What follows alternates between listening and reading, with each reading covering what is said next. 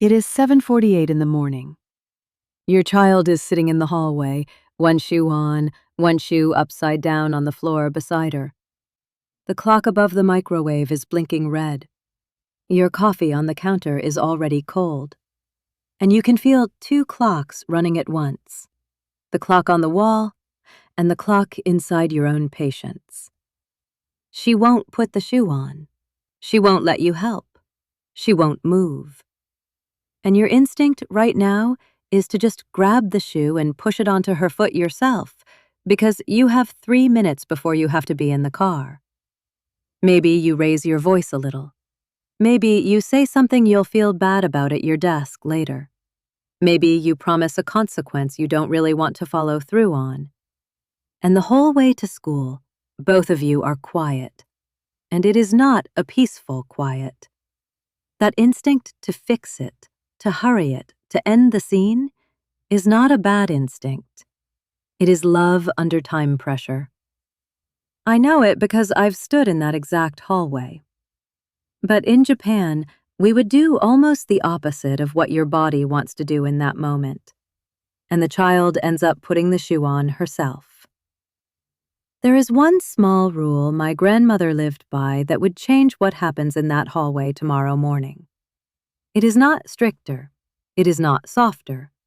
It is not a chart on the wall or a program you have to buy. It is one sentence, in plain English, that changed how my mother raised me and how I am now raising my two children between two cultures. Not a battle, a habit. That's the whole thing. That's what my grandmother taught my mother and what my mother in her quiet Tokyo suburb kitchen taught me.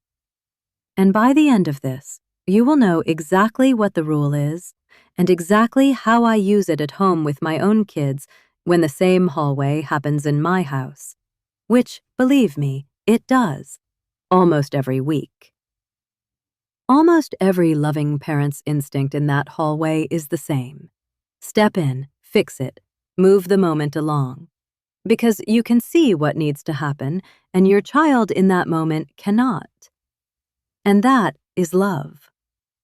I want to say that clearly because I know how many parenting videos start by making you feel like your reflex is wrong. Your reflex is not wrong. Your reflex is a parent's reflex. In Japan, we simply think about that same hallway a little differently. We are not softer than you. We are not stricter than you. We just aim discipline at a different target.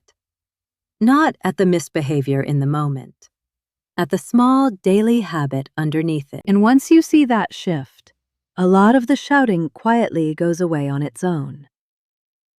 Let me tell you who is talking to you. My name is Naomi. I'm 38.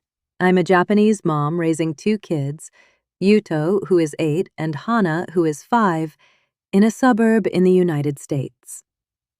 My husband and I moved here about 10 years ago. And I want to be honest with you from the first minute. I am not a doctor. I am not a therapist. I am not an expert on your child. I am a mom sharing how my mother and my grandmother did this before me, and how I am doing it now, imperfectly, in my own kitchen. That is the whole authority behind everything I'm going to say. So here is what I want to give you by the end of these next few minutes.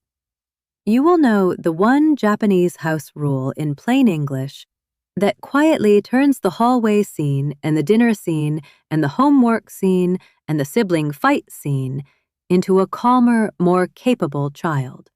Without a chart, without a program, without a single thing you have to buy. You will know exactly how my grandmother used this rule on my mother, exactly how my mother used it on me, and exactly how I use it, some days badly, some days beautifully, with Yuto and with Hana. First, I'll tell you what the rule actually is in one sentence. Then I'll tell you the story of my grandmother and a broken teacup, because that is where this rule really lives in my family. Then I'll walk you through my hallway, my kitchen table, and my son's homework desk. And then, at the end, one honest thing about American parenting I've come to admire. Because when you sit with this long enough, the question quietly changes. The question stops being, how do I make my child behave right now? And it becomes, what small habit can I build so behaving comes naturally? Once you see parenting that way, you cannot unsee it.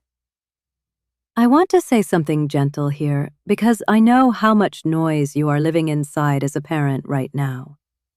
There is a whole industry around you that quietly suggests that a calmer, more capable child is something you have to buy. The classes, the apps, the color-coded charts, the books stacked on your nightstand that you feel guilty for not finishing, the programs that promise in 6 weeks a different child. I am not going to sell you a system. I don't have one. My grandmother did not have one. My mother did not have one. What worked in my mother's kitchen in Tokyo, and what works in my kitchen in an American suburb, is a small daily habit that costs nothing. And the reason no one has told you about it is not because it was ever secret. It is because no one translated it into English for you. My American friends have been asking me the same questions for 10 years. Why is your daughter so quiet at the restaurant? How does your son pack his own bag? Why don't your kids melt down in the shoe aisle? And I always felt strange answering because in my head the answer was so ordinary. It was just what my mother did. It was just what the mothers in my neighborhood did. It was so ordinary in Japan that no one wrote it down in a way an American parent could pick up and use. So that's what I want to do here, quietly, without drama. I want to translate the small, ordinary thing my mother did so you can try it tomorrow morning if you want to. I did put the plain version of all of these rules into a small guide. Just a little handbook of the everyday habits my mother and my grandmother used, written the way I would tell a friend over tea. It's in the description if you want it. I'm not going to bring it up again in this video, and you don't need it to understand what I'm about to show you. Everything I'm going to walk you through in the next few minutes is here, in this video, free. The guide is only there if you want the whole thing on one page to keep near your kitchen. That's all. Now, let's get to the rule. Here is the rule. In one sentence, in plain English, the way my grandmother said it to my mother and the way my mother said it to me. Teach the habit. Don't punish the child. That's it. That's the whole thing. Teach the habit. Don't punish the child. We don't fix the shoe, we build the morning. When your child melts down in the hallway with one shoe on, the Western instinct is to fix that shoe. Push it on, end the scene. And if she resists, escalate, raise your voice, threaten a consequence, take away tomorrow's playground. That instinct is not cruelty. It is time pressure plus love. But in Japan, we would not aim at the shoe in that moment. We would aim at the morning, the whole shape of the morning over many quiet weeks. Because the shoe is not the problem. The habit around the shoe is the problem. And a habit is something you build, slowly, calmly, every day, without punishment. And before you think I'm describing some peaceful anime household with soft music, please know that this morning in my house, Hana threw a shoe. An actual shoe. It hit the wall. My coffee was cold before 8 a.m., as it is every day of my life. Yuta once ate nothing but white rice and plain bread for 3 straight months when he was 4. So I am not describing perfect children. I am describing a way of standing next to them. When you punish the child learns to hide the behavior from you. When you teach the habit, the child learns to do the behavior without you. Those are 2 very different children 10 years from now. The punished child learns to manage your reaction. The trained child learns to manage themselves. That's the whole difference. There is no science in that sentence. That is just what my mother watched happen in her classroom for 30 years, and it is what my grandmother watched happen with 5 of her own children. If you use consequences in your house, I am not saying stop. I am saying quietly that in Japan we aim discipline at the habit underneath the behavior, not at the child in the middle of the storm. Take what works, leave what doesn't. But there's a moment inside this rule that took me years to understand. It is the moment right before the parent speaks. And my grandmother, with a broken teacup on the floor, taught it to my mother without saying a word. My grandmother was born before the war. She raised 5 children in a small house outside Tokyo, mostly alone, because my grandfather worked long hours. My mother was the eldest daughter. And my mother has told me this one story so many times that it is basically the seed of everything I am going to teach you. My mother, when she was maybe 6, dropped a teacup. Not any teacup. My grandmother's mother's teacup. The one that came from the countryside, wrapped in cloth, kept on the shelf above the sink. My mother heard it break on the tile and looked up at my grandmother, absolutely certain she was about to be shouted at. My grandmother said nothing. She didn't move for a full 5 seconds. My mother remembers those 5 seconds better than anything else in her childhood. My grandmother just looked at the pieces on the floor. Then she looked at my mother. And then, quietly, she said, "Let's get the cloth." Not, "Why did you touch it?" Not, "How many times have I told you?" Just, "Let's get the cloth."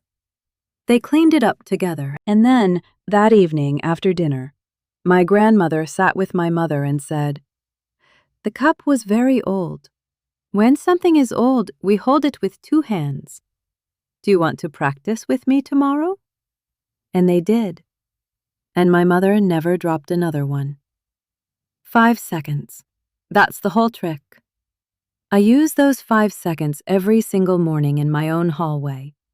When Hana throws the shoe, I don't move for 5 seconds. I don't speak. I don't reach. I just watch. Because in those 5 seconds, something happens to me and something happens to her. My blood pressure comes down, her storm peaks, and by second 6, I am not the parent I would have been at second 1. I am much better company for a small child in a hard moment. That pause is not permissiveness. It is not ignoring her. It is the opposite. It is the parent choosing to teach the habit calmly in a few seconds instead of punishing the child loudly in a few minutes.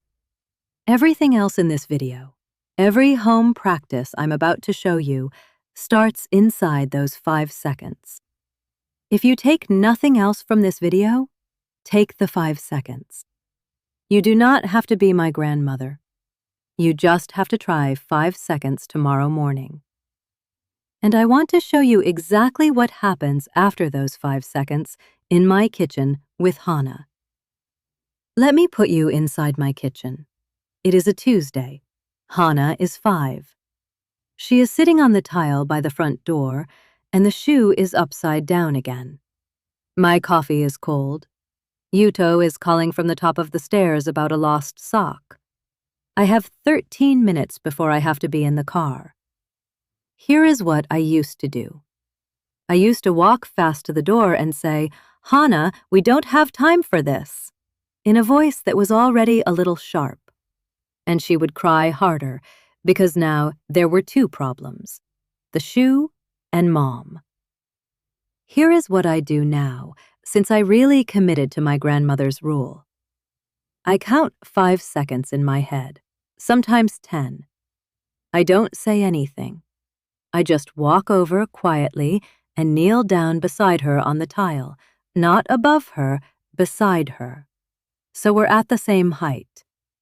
And then I do the thing my mother used to do with me, which was to name the feeling first, before naming the task. I say quietly, "These shoes are hard today, aren't they?" Not, "Put them on," not, "Hurry," just, "That's sad, isn't it? That's frustrating, isn't it?" Whatever the actual feeling is. Name the feeling. Then the task. Then I offer her ownership. Do you want to do both shoes yourself, or would you like me to help with the left one and you do the right one? Two choices. Both of them still result in shoes on feet. But now she is choosing. She is not being pushed. 9 mornings out of 10, she picks one and does it. The 10th morning, she throws the shoe again, and I count 5 more seconds, and that is fine because my job is not to have a perfect Tuesday. My job is to build a habit over months. That's the rule translated for a small American hallway. Teach the habit, don't punish the child. I want to be honest. Last Thursday, I did not do any of this. I said, "Hannah, put on the shoe, we're going to be late, I mean it," in that voice. She cried. I felt awful. I'm telling you the rule. I am not telling you I am the rule. When you kneel next to a child instead of standing over one, you are already a different kind of authority. When you name the feeling, the child does not have to escalate to be heard. When you give two choices, both of which build the habit, the child feels agency. That is the whole science, if you want to call it that. It is really just respect at kid height. Take what works, leave what doesn't. And now let me answer the question I know you're thinking. I know what you might be thinking because I hear it every week in my comments. Japanese culture is completely different. The schools are different. The society is different. This won't work for me. Stay with me, because this isn't really about culture. It's a small daily habit, and habits travel. My mother made this exact move from a Tokyo suburb to a rural town when she got married, and the town's culture was already different from hers. Then I made a much bigger move, from Tokyo to a suburb in the United States. I brought my mother's rules across an ocean. They still worked. Because the rule was never about being Japanese. The rule was about being calm and consistent in the same small moments, day after day, until the child no longer needed to be told. Let me show you the same rule in another room. Dinner table. Yuto, when he was 4, decided he only ate white rice. Not one grain of anything else. 3 months. If I had punished that, if I had said, "You will sit here until you eat this fish," I would have been aiming discipline at the child in the moment. Instead, I did what my mother did with me. I put a small amount of the new food on his plate every night. I said nothing about it. I ate my own food calmly. I never made a scene. When he tried a bite, I did not celebrate loudly because loud praise turns food into a performance. I just nodded. It took 3 months and 11 days. Now he eats grilled fish. The habit was built. He was never punished. The reason the habit travels across cultures is that children are the same everywhere. They are watching you constantly. They are copying you constantly. They are testing what is stable in the room. When the parent is calm, the room is calm. When the routine is the same, the child stops fighting it. That is true in Tokyo, in Ohio, in London, in Sao Paulo. Culture changes what the meal is. Culture does not change how a 5-year-old learns. Habits travel. Please trust me on this one. You don't have to raise your child the way my mother raised me. You don't have to eat rice at every meal, or bow to your neighbors, or take your shoes off at the door. Take what fits your house. Leave the rest. But there is one more piece of my grandmother's rule I want to give you. It is the deepest piece. And it is not about the child at all. Here is the part that took me the longest to understand about my grandmother's rule. Teach the habit. Don't punish the child. I always thought that rule was about the child. It is not. It is also about the parent. Because the parent sometimes is going to lose it. My grandmother lost her patience. My mother lost her patience. I lose my patience. You lose your patience. And what happens next is actually the most important part of the whole rule. My grandmother had a practice for the moment after she raised her voice. My mother has done it with me. I do it with Yuto and Hana. It is very simple. She would go back.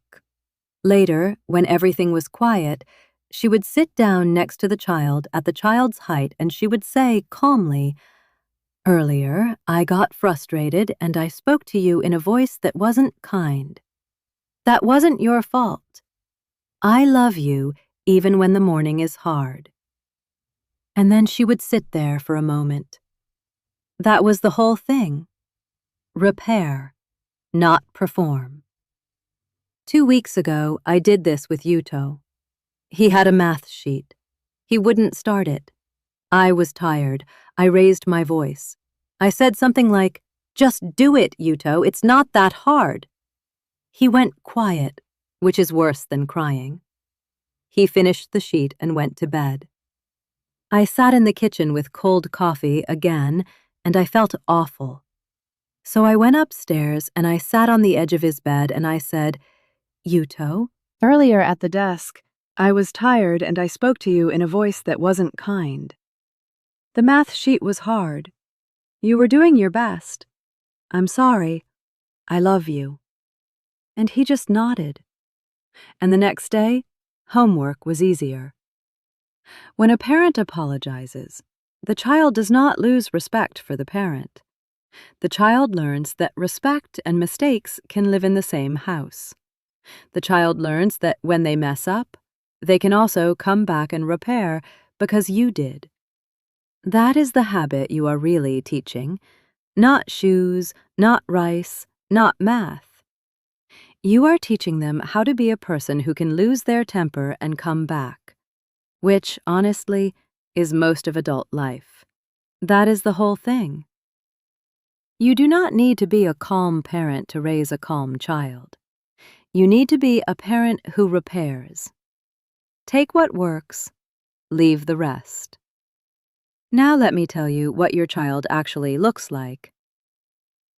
Once you live inside this rule for a few months, before I say the last thing I want to say, I want to be honest about something I have come to genuinely admire about American parents. The open affection. My mother loved us deeply, but she rarely said it out loud. She showed it in cut fruit, in a folded uniform, in a small note in my backpack. She did not say the words. And there is something beautiful about the way American parents I know say, "I love you" out loud every day, in the car, at the door, at bedtime. "I'm proud of you" out loud. My children hear both now. They hear the quiet Japanese love, and they hear the loud American love. And I think that is a gift. It goes both ways. So here is what I promised you at the beginning. The one rule and how it lives at home. Teach the habit. Don't punish the child. Pause 5 seconds before you speak. Kneel at their height. Name the feeling first. Give 2 choices that both build the habit. And when you lose your patience, which you will, go back and repair. That is the whole system. There is nothing you have to buy. There is no chart, no app, no program. There is just you at their height on a Tuesday morning on the tile, 5 seconds of quiet before you speak. Calmer mornings, a more capable child, a quieter house. And I want you to hear me carefully on this next sentence.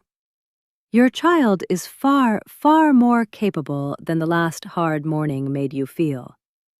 The hallway is not the truth of your child. The hallway is a habit you and your child are still building. Build the habit, and you will meet the child underneath it. And please remember, because this matters, I am not a doctor. I am not a therapist. I am not a child development expert. I am a Japanese mom sharing how my mother and my grandmother did this, and how I try imperfectly to do it with my own 2 children in a house that is often loud. If something about your child worries you, if something feels bigger than a habit, that is a conversation for your pediatrician, not for me. I can only tell you what we do at home. So take what fits your family, leave what doesn't. Try the 5 seconds tomorrow morning. Try kneeling instead of standing. Try naming the feeling before you name the task. See what happens by Friday. We don't train calm children. We teach the habit and we trust them into it. I want to hear from you in the comments. Tell me the one moment in your week where you feel your patience run out the fastest. The shoe, the dinner table, the homework desk, the bedtime. Tell me which one, and I'll read every comment, and I may make one of them into the next video. Because I promise you, whatever your hardest 3 minutes of the day is, it happens in my house too. And if this way of thinking about parenting feels like something you want more of, subscribe. Every week I share one more small rule my mother and my grandmother lived by, in plain English, translated for a house like yours. One rule at a time. No system, no program. Just habits that travel. Next week, the one dinner table habit my mother used that ended the picky eating fight in my house. It is not about the food. Small habits, calm children. Take care of yourself, and I'll see you next week.